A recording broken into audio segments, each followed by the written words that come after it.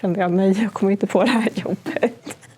Studenterna är mycket snabbare, mycket mer agila och mycket nyfiknare än vad vi gamla stötare. Jag heter Per-Olof Arnäs och jag har varit projektledare för våra sommarprojekt där vi har utforskat AI. Syftet med det är att vi i organisationen ska kunna doppa tårna i den utveckling som sker. Och att vi ska kunna lära oss AI på ett bra sätt, och det handlar väldigt mycket om utforskande. Det finns ingen kurs man kan gå och sen är man färdig och kan det, som man lär sig typ Excel till exempel. Utan det här är ett förhållningssätt och 90% kultur och 10% teknologi. Det började som ett experiment 2024. Vi anställde 4 stycken studenter på sommaren för att se, går det att sätta dem på att utforska AI och vad det innebär. Och det gjorde de under 5 veckor när alla hade semester, så det var helt tomt på Chalmers. Men experimentet visade på att det blev en väldigt, väldigt stark lärkurva på de studenterna. Så att då beslutade vi att gå all in, kan man väl säga, 2025. Och då anställde vi 24 studenter som fick jobba med egentligen 6 stycken lite större utvecklingspaket då. Och det är det vi nu håller på att hantera resultaten av och ser hur vi ska gå vidare. Vi hade 4 olika projekt. Dels så tittade vi på trendspaningar för att se vilka kurser vi ska erbjuda till de yrkesverksamma. Vi tittade på matchning, hur vi kan matcha de med rätt kurser. Även tittade på hur vi kan dela ut credits i efterhand och certifikat, och hur vi kan samla allt det här i en smart plattform.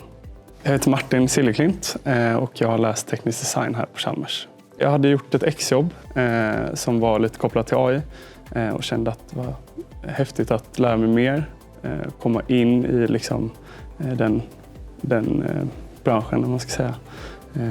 Och det lät jättehäftigt verkligen. Jag har ingen bakgrund inom programmering eller kodning så det var lite läskigt, men det var spännande och väldigt kul. Det lät väldigt spännande.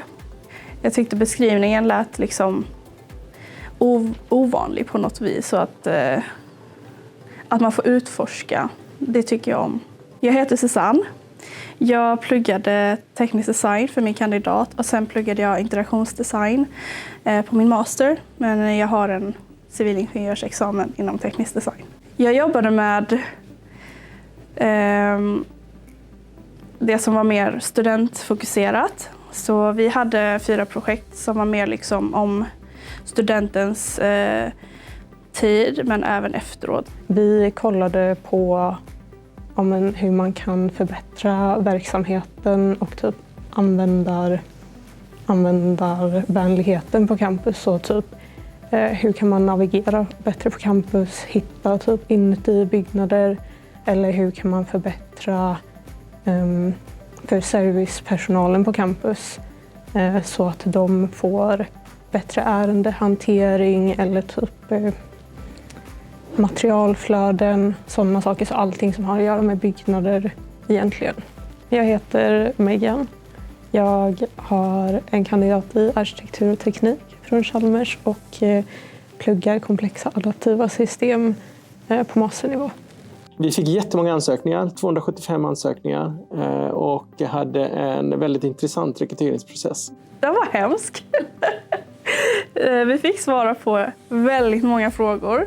Ja, det var en lång ansökningsprocess i form av att vi skulle svara på väldigt många frågor. Och sen efter det så blev man kallad till intervju då. Och då var det kort intervju, 10 minuter. Massa snabba frågor. Det var bara att slänga sig ur allt man hade liksom. Jag tyckte det var kul för att man är så trött på att skriva personliga brev hela tiden. Så vi hade ju ett frågeformulär som vi bara svarade på, vilket var mycket roligare, tyckte jag. Det kändes det mer som att typ göra ett quiz istället för att göra en ansökan. Vi fick en fråga: om du står i en hiss tillsammans med någon grundare, säg Spotifys grundare, och du har en AI-idé som du måste pitcha för dem. Vad säger du då? Det var ändå så här den vanliga, vad tar du för roll liksom, i ett nytt team eller liksom när du jobbar i grupparbeten. Och sen så var det den här infamous frågan med okej, du möter en investerare i en hiss. De ska ge dig typ 200 000, vad gör du med det? Du har en vecka på dig och spendera de pengarna för att få liksom något supercoolt av det.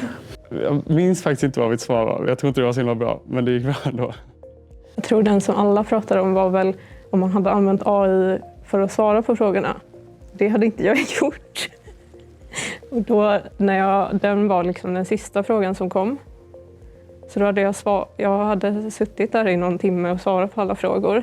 Så kom jag till sista och så frågade de om man hade använt AI och så kände jag nej, jag kommer inte på det här jobbet. Vi ville inte att alla skulle vara programmerare, utvecklare. Utan vi var ute efter dels personer med utvecklarkompetens som kunde sätta sig och koda direkt. Men vi ville också ha det vi kallar jokrar, alltså folk med annan bakgrund. Så att varje team som vi satte ihop bestod av ungefär 2 utvecklare och 2 jokrar. Vårt mål var att bygga 6 stycken små startups som kunde göra 10 hackathons under sommaren, 1 varje vecka ungefär. Och det var väl så vi la upp det. Första veckan var jätterolig och vad ska man säga, omtumlande på ett vis. Det var som att man öppnade ögonen på något vis. För att man hade ju använt AI innan. Men sen när man såg de här presentationerna då var det så okej, jag är jätteefter. I början gick allting väldigt bra, kände vi. Att våra lösningar fungerade och verktygen fungerade.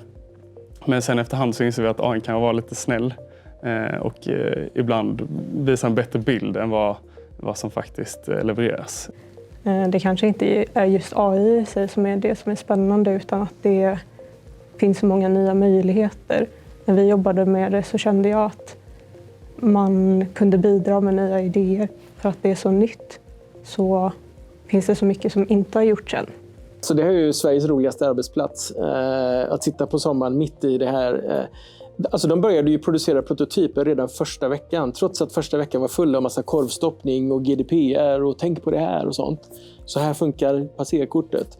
Ändå började de producera liksom, prototyper. Så att få se alla presentera detta sen i september då när vi hade slutredovisningen. För verksamheten, det var väldigt, väldigt kul. Vi har ett stort smörgåsbord av prototyper, över 60 stycken. Prototyper har byggts under sommaren. Som alla skulle göra livet bättre för någon eller några. Eller kanske alla på Chalmers. Nu handlar det om att välja vad ska vi verkligen bygga. För då kommer ju andra krav in. Då ska man kunna bygga för att det ska kunna underhållas. Det ska finnas en tydlig produktägarskap. Det ska finnas tydlig förvaltningsorganisation och det ska vara säkert och så vidare. Vi hade ju inga sådana krav på det explorativa arbetet utan där var det verkligen sky is the limit. Bygg vad ni känner för. Och nu måste vi liksom mejsla ner det i skokartongen då. Det var häftigt att ens idéer och det man har skapat även kan bidra till liksom något större och att det tas emot väl även på högsta nivå. Under utbildningen så gör man ju massa projekt hela tiden, arbeten i kurser, men det är svårt att förstå hur verklighetsförankrat det är eller hur applicerbara ens liksom skills är på verkliga problem. Och här kändes det som att vi verkligen fick grotta ner oss i hur det funkade här på campus och se hur vi kan använda det vi har lärt oss för att hitta på nya idéer eller lösa problem som faktiskt finns. För första gången tror jag kände att jag kunde på något vis göra riktig skillnad. Nu håller jag ju på att utveckla något som kanske kommer implementeras eller så ger det en massa insikter till Chalmers. Mycket av det som har gjorts här nu är ju högst relevant för alla som sitter och arbetar med vad det nu må vara på Chalmers. Så att det här är verkligen bara en början, skulle jag säga. Det känns som att det är många som känner till det här projektet och känner till oss och är imponerade av det vi har gjort. Och många som också tagit inspiration från det, känns det.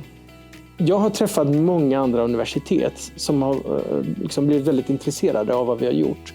Och vi har till och med liksom ett informationspaket där det står hur de kan kopiera oss. Alltså hela processen är ju typ open source. Så att förhoppningsvis så kommer andra att kopiera oss. Så kan de göra det vi har gjort nu medan vi springer framåt.